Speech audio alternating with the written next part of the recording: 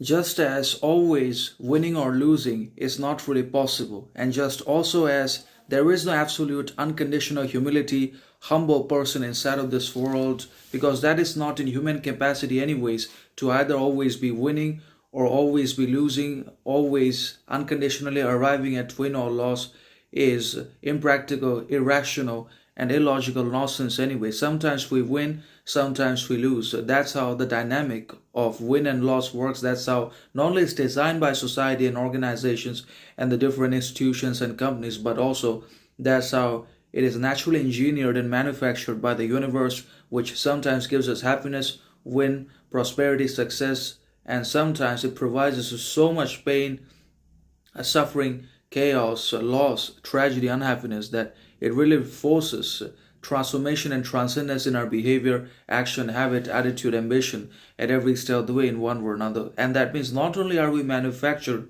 to be differently by the universe, but we also are fundamentally and irreversibly different from each other as human beings, as both men and women. We all are different.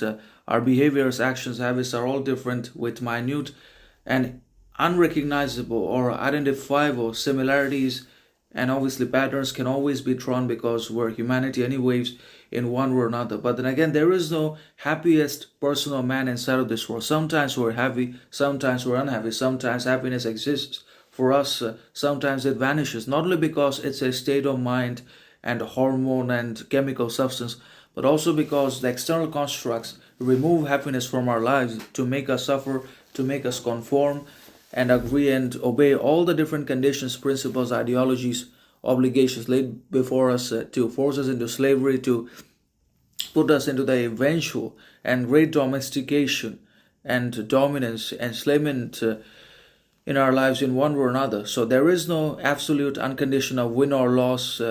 Obviously, we cannot always win, we can't always lose either, and obviously, we cannot be unconditionally happy, humble, because there is no absolute humility, happiness, prosperity, success for anyone inside of this world anyways. That's how this dynamic of everything and the human qualities and virtues and values inside of the human nature works.